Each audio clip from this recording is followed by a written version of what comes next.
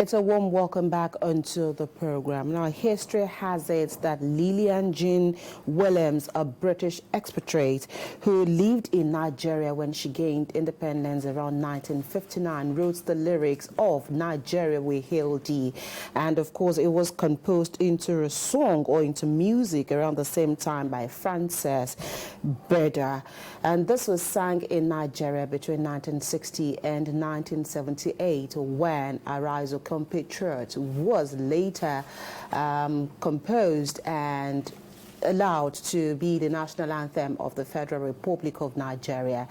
And of course, we've all been singing Arise Compatriot until yesterday when President Bola Tinubu assented to a bill hurriedly passed by both chambers of the Senate and the House of Representatives, making it law that Nigeria reverts to that national anthem which was jettisoned in 1978. Now, is this a step towards progress, or is it retrogressive, like a lot of people have been saying yesterday? Are there gains in this particular fit? Well, like Senator Akpabio said, it is an achievement in the 1 year of the administration of President Bola Ahmed Tinubu.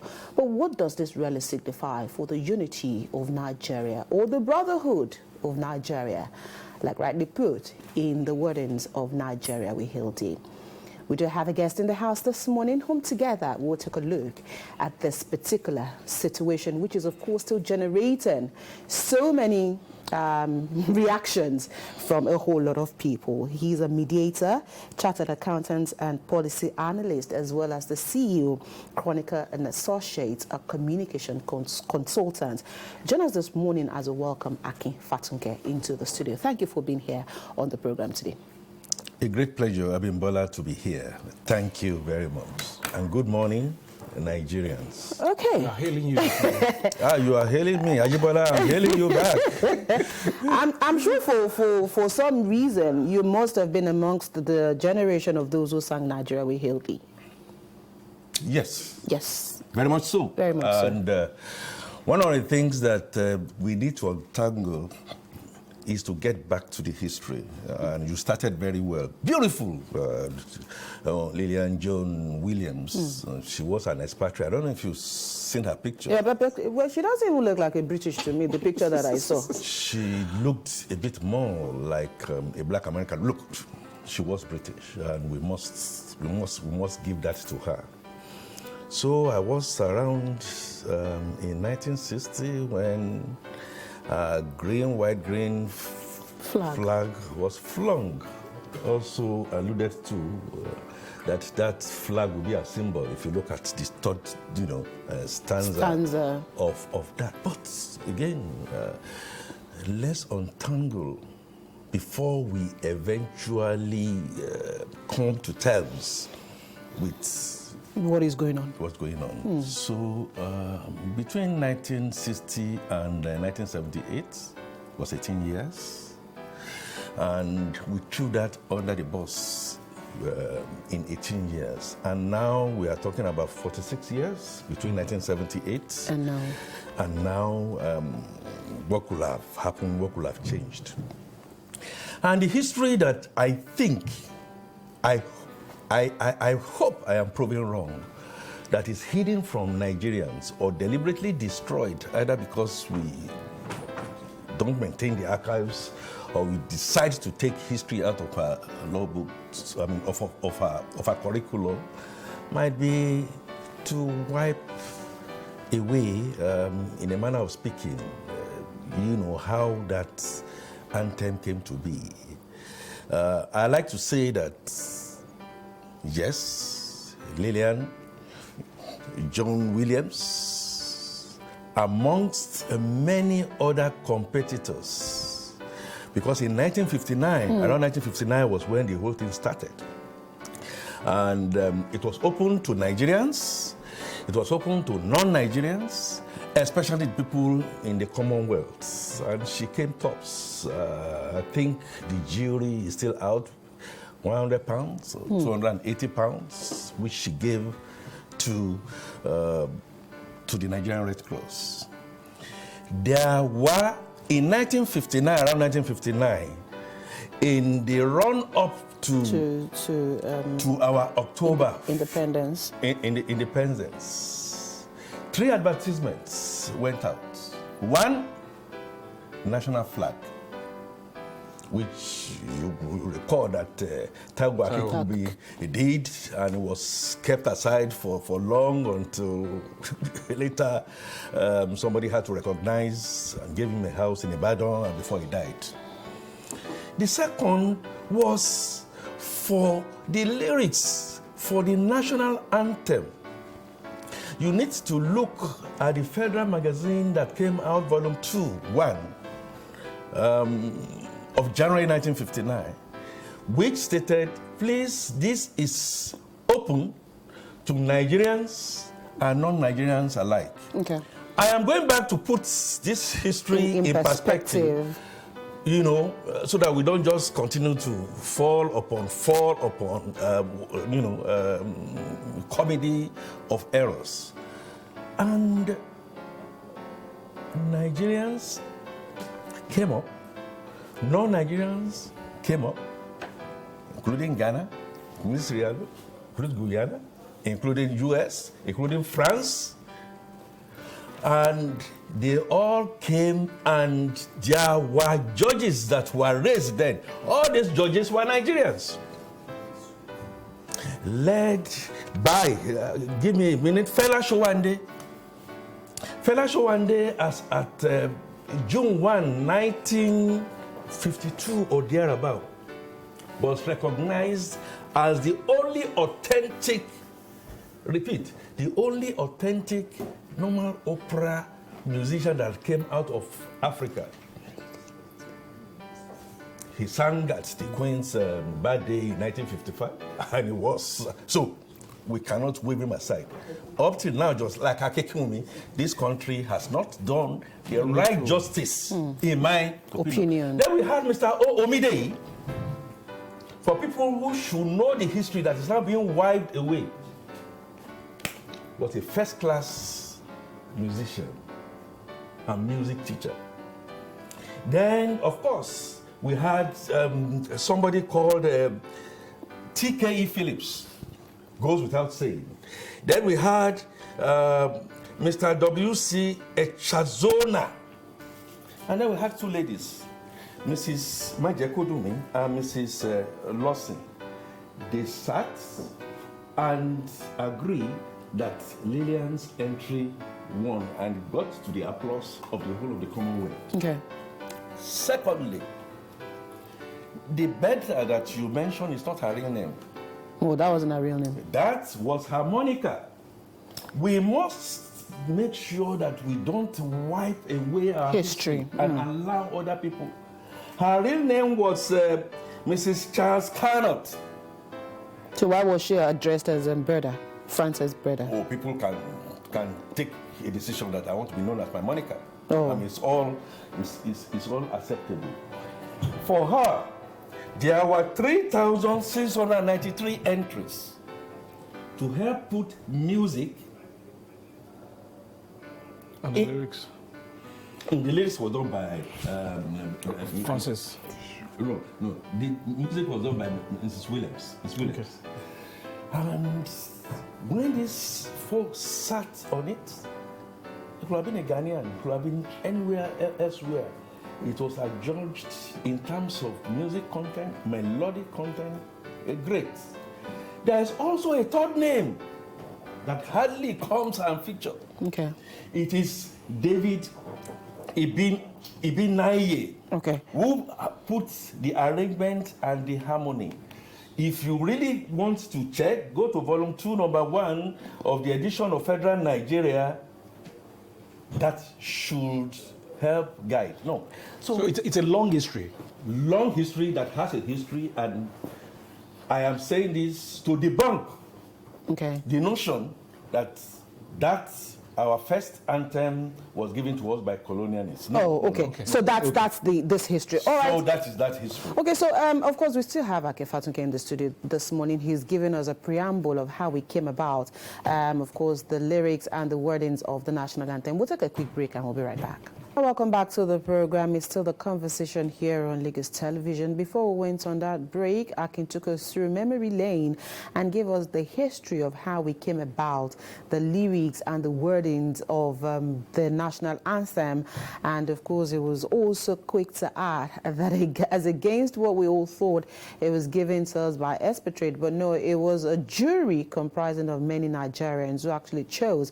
But again, the question is, fine, you've traced the history of how we came about that national anthem, but wouldn't you also agree that time, years have passed, and all of the wordings of those national anthem may have events might have taken over some of those wordings?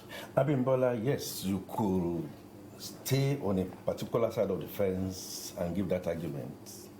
Others may not feel that way. Okay. We still have a green, white, green flag. Will somebody say to me that events have not surpassed that in the way Nigeria has been drawn and redrawn? Again, if it's not broken, don't break it. But I hear you.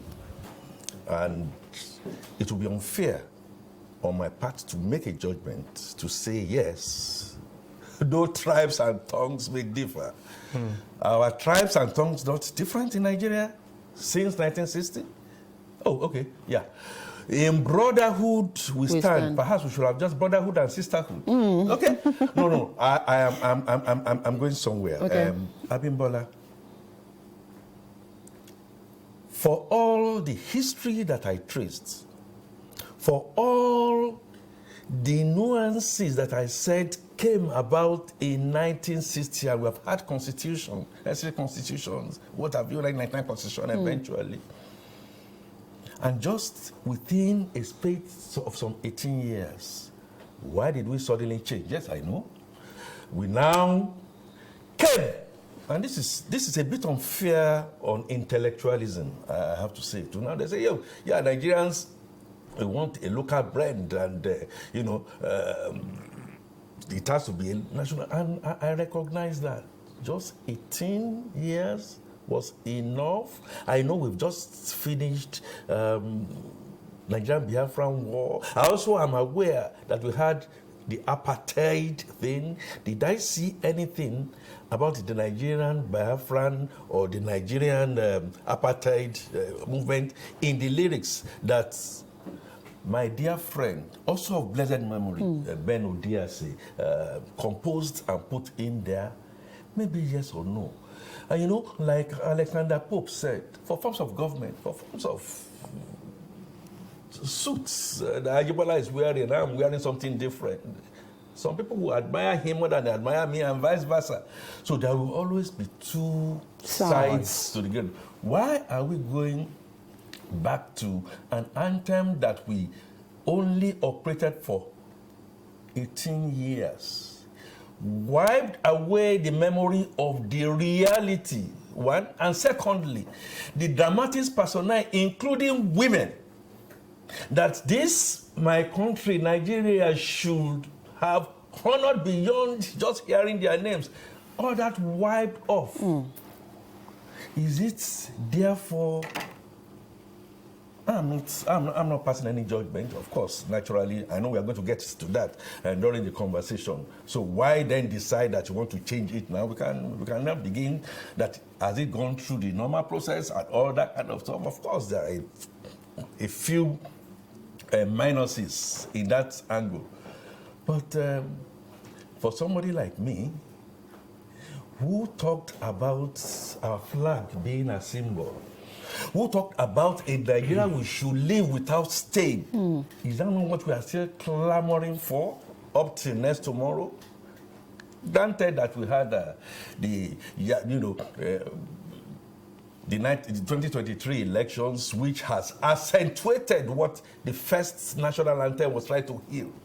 We are not only divided with blood, we are divided with tongue, we are divided with brotherhood and sisterhood. And I would like to say that bring 2027, okay, bring 2027. Those things will still come to play. And Nigeria is divided. There is absolutely no doubt about that, and we need to heal that again. Does the second anthem that came in 1978 not asking all of us to arise? We arose in 2023, and we all know exactly what we are talking about. The Nigerian leadership question becomes something that we will not be able to resolve. Snippets of that has always been there, even, at independence in 1963, when the military came, and then, of course, you know the history about how some people got up and killed some people from some tribe and left some people from some other tribe. Again, okay, we don't want to get into it's a whole lot. It's a whole lot that we need a rehealing. When that advertisement came, it was clear that please give us 3 stanzas that talked about the spirit and the independence of Nigeria. Is all there. It's all put there. Right. And by March 1959? 31st of 1959, when all the entries came, the Nigerian anthem, as at that time, and I want to believe until wiping of the tabula rasa, wiping the slate, still went within the Commonwealth as one of the best of the best. Okay, because of our time, yes, we really need to manage very well. Yes. I'm going to take you back to what the Senate President said yesterday, confidently saying that reversing to the old anthem is part of the achievement of Asiwaju Bola Ahmed Tinubu in 1 year. When you look at the quality of leaders that we have these days, are they practicing what they are preaching as contained in the lyrics of this new anthem? Ajibola, I'm happy for that question. I think that question is, on point, and you're very right. I will only extend it and say, is it a priority now?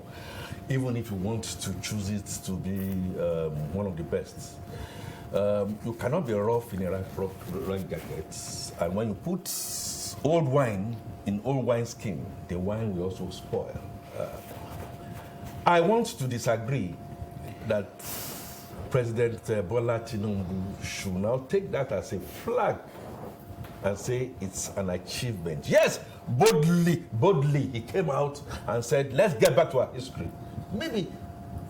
But in terms of what I saw in the Senate, and due respect, I did not think the Senate did the right thing in terms of process and procedure. Munguno came out to Nigerians and said, yes, we are going to, because we want the spirit of Nigeria, we want something that is melodic, that goes to the spirit. Look, nobody is doubting either. But he said they were going to do an open hearing. I began to feel, Abimbola, because I don't have all the knowledge, that maybe this happened, and so many things like this have happened. In the oil and gas industry, when you talk about deregulation or deregulation, things like that have happened. And then you say you do an open hearing, and then maybe you put it in a remote, unlike what happened in 1959, it was all clear. Maybe when Moguno then said, we are going to consult higher father, and please, and therefore is the reason why I love your question, Ajibola, I think it's bold. I also feel that President Bola Ahmed Tinubu needs to engender what I call trust. You want to do a good thing, but please let it be seen to be transparent. I believe that your Attorney General also puts a bit of a caveat and said, let's consult widely. And then before I knew what was happening, the thing was now passed and all that. I don't think that was neat enough. Absolutely. So, Ejibola, what that is saying, in your fine suit and coat, that no. It's like now having a little stain. You're not telling me that, oh, that's a little stain. That little stain. A stain is a stain. Becomes something that might make it not looking worthy. So, do we now then therefore then say we are going to throw away the baby with the bathwater? Nigerians are free to to make their decisions. Okay, I mean, valid points that you've raised. Yes, you've been able to justify that perhaps it's a right direction to have gone back to the national anthem, again, because we need to embrace history and not get it lost on nationhood that Nigeria truly deserves. But of course, how the National Assembly lawmakers went about it was probably not in the best interest of Nigerians. Again, if we look at the business of lawmaking, and would you say that indeed what they did was a true representation of what Nigerians really are yearning for at this particular point in time? Okay, well, in terms of priorities, we are hungry, even power. Yes. Yes. And then we have undertaken bold reforms, like a builder who has decided that, I have to begin to pull the building blocks. I have to make sure that it dries up, and then before I put the next layer. And we believe that we can take a decision to make tomorrow to happen day before yesterday. So in terms of implementation, yes, I agree. Bold, audacious, what others were not able to do, but perhaps poorly implemented. So the National Assembly, unless you want to now then tell me that they are all rubber stamp. The last time I checked, I know we have the APC as the majority, and we have the PDP as minority. When Nigi was going to be suspended, I mean, nearly there was an uproar. There was an uproar. Maybe, Abimbola, you saw it, I didn't see it, and I apologize. I'm sure we saw the same thing. I didn't see the kind of uproar that we expect to see, even if it's going to be minority. And usually, Abimbola, you will know that what normally happens is, well, the majority may have their say, and then one or two or three will not then come and say, look, we don't support this, but anyway, we go for the rule of the majority. So now, Abimbola, is that the priority? No, it's not the priority. Making it to look like a priority, has it spoiled or built anything? So we continue on the second anthem that came in 1978. So we continue that anthem. I don't have any problems with that anthem. So it goes, it therefore shows that our priorities is now going to be properly refocused or not. I agree that we must, for me, priority, Jibola, will be that Nigerian state is not working. The constitution that we have is not working. So irrespective, I know Jibola can come from education, I know you can come from Jakpa, but either way, you are either right. But for me, the Nigerian enterprise is not working, and we cannot continue to say it's not negotiable. At the last time that I also checked, and this is not official, alleged, I know different people, different groups say they want to go on their own, so they have their own flag, they have their own anthem, and that's been going on. Perhaps this is a way of trying to say, hey, wait a minute, even if we have to go on, because I don't believe that the constitution that we have currently is going to take us to any promised land. And by the way, are you suggesting restructuring? I am praying for restructuring for the likes of you and for the likes of Ebola and your children's children. Because we didn't go restructuring, as has become a wasted, like Professor Wole Soyinka made at that point. It's become a wasted, and we cannot continue to do the same thing and expect a different result. Nigeria is not united. Some people are now then saying, okay, if Nigeria is not united, so what should we do? Okay, you sing your Biafran anthem, and then sing your Odua anthem, and then the Middle Belt will sing their own. We don't need that. Let us all get together and agree, and this is what I expect the National Assembly to make a priority. Bimbo, my management in business school teacher taught me one thing. If you have a very strong bitter nut to crack, talking about restructuring Nigeria, sometimes you do one or two things, go for the little things, try and resolve that, aim for trust, aim for confidence, and so by the time you now then come. Quite a number of things have gone to this same National Assembly, not the 10th National Assembly alone, the 9th, the 8th, that we have said, I want an Abimbola to be the president of Nigeria. Areas of Nigeria will say, no, that is over their dead body. We are not the same. So which brotherhood are we preaching then? So which brotherhood are we preaching? Because when you look at some of the wordings of this new national anthem now, in brotherhood we stand, Nigerians all are proud to serve our sovereign motherland, our flag shall be a symbol, the truth and justice. Do we have a system that is reflective of justice and truth? Unfortunately, no. And it started since 1960. My dear brother, in 1963, it got a bit widened. On January 15, 1966, the egg broke when we had a military coup, and then you know how it all ended. And my friends, some of the friends I have in this country, from the southeast, one of the most resilient and most brilliant, we were in school together, and I know how we all just to. And after the Biafran war, I said no vanquish, no victor. We now divided Nigeria. The military came and divided Nigeria, and then we had situations where the southeast, you say you don't have enough land and stuff like that. You don't have enough local government. You don't have enough states compared to the southwest, where I come from, or from the north. Is totally disjointed.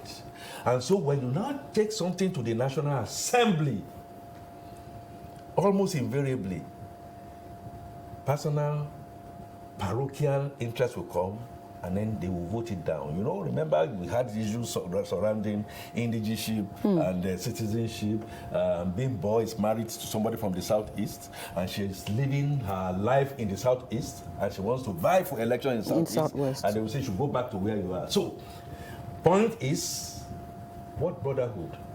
We were trying to patch and manage during Jonathan's time, when the thing got to a stage, and President Jonathan being the very first from that part of the world of the South, and sat on issues surrounding two things.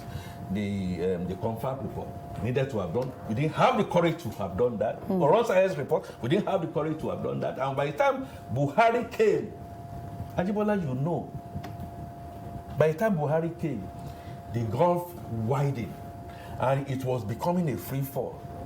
When Bola Ahmed Tinubu now showed his face, in my honest opinion, as somebody who is his own man, he was not sponsored by one person or the other, he fought all, and then he took bold decisions. However, not perfectly implemented. Needs to be rethinking, and in rethinking it, to bring character, competence, capacity, and compassion, we must change the constitution that says that when you are going to the north, you face the Atlantic Ocean. You know, you can get there after 40 years and 40 nights. And then you may die on the way. Okay. But there is an easier route. Right. I was also going to say that, in 1959, apart from the lyrics, apart from the music, apart from the flag, we also had a competition that said we should look for a stamp that will commemorate philanthropy. So I know that has been changing, and but now, because of lack of trust and what Jibola has said just now, you are fast to be able to do that. So please be fast to revert back to good governance. Be fast to revert back. You every 4 years you are looking for SUVs and stuff like that. That is what Nigerians are looking for. Okay, and then we want equity, fairness, and justice. As we wrap up this conversation this morning, again, the third stanza of the anthem says, O God of all creation, grant these our one request. Help us to build a nation where no man is oppressed, and so with peace and plenty, Nigeria may be blessed. So as we look at those wordings and the fact that there is no static law, are there fears that another president may come in years to come and then again ask us to go to Arise Our Compatriots? Exactly. It's happening elsewhere. It's happening in Kano. It's happening in River State. So no one fits all. But Abimbola, as an elder, I will say something to you. When an elder sees two children cutting trees in the forest, the elder will know. Even if the forest, if the tree feels this way, we will know that the adjunct might hit the other one and kill the adjunct. Yes, Nigeria is not being governed by a rule of law and consensus. I just told you, somebody else can come and then take a decision, and then, so the balkanization of Nigeria, so some other leader will now then come, or the military, God forbid, will come and say, look, we are going to go back to what we military did. We need cohesion. We need to recognize the fact that Ajibola, in all material particular, is different from me. He's different from me, and we cannot see things. Our gestalt, our worldview will be different. But I must know that whatever rights I have stops where his own begins. Right. I must also continually think of him before myself, which what we have in those lyrics, whether in the 1960 anthem or the 1978 anthem, have preached. Those lyrics are okay. The problem is with the mindset of Nigerians who have not been able to fashion and pull themselves together. So anything that one particular person does, you look at it from the prism of politics, and then you say you must find a way to change. So to help us resolve, I'm just giving you a ready reckoner. Let us realistically say we have different ways of life, we have different attitude to life. We can continue as friends. We have done intermarriages and culturalism, no doubt about that, but we are still different. Let's go back to what Ahmadu Bello said to Nnamdi Azikiwe. Yes, we have differences, Nnamdi, but let's recognize those differences will always be there. They will always continue to surface. We have tried to bury and put our head on the sand, but our because is still showing. There. And to that extent, 2023 elections brought out the real beasts in us. 2027, if it comes, thereafter, until we resolve the fact that if you are going to Kwara Namoda in the north, your best bet is not to face the Atlantic Ocean. Okay, but stop lying to yourself about that. Are you hopeful that with this new anthem now, our attitude towards our election is going to change? Our attitude towards employment is going to change? It's only in Lagos State that you find Igbo or Hausa in the public service. Go to other parts of the country, I cannot work there. And if indeed we are brothers and our tribes, our tongue, may differ, are we actually living as brothers? How do we begin to change this in such a way that I might be a Yoruba boy, then work in Abia, work in Edo State, work in any part of the country? Ajibola, another very good question. And I will tell you that from what you have not asked, there are certain things I can read. That's the fact that how do I ensure that with these new lyrics, we are going to be much more cohesive. With the old the lyrics was there when we all drifted apart.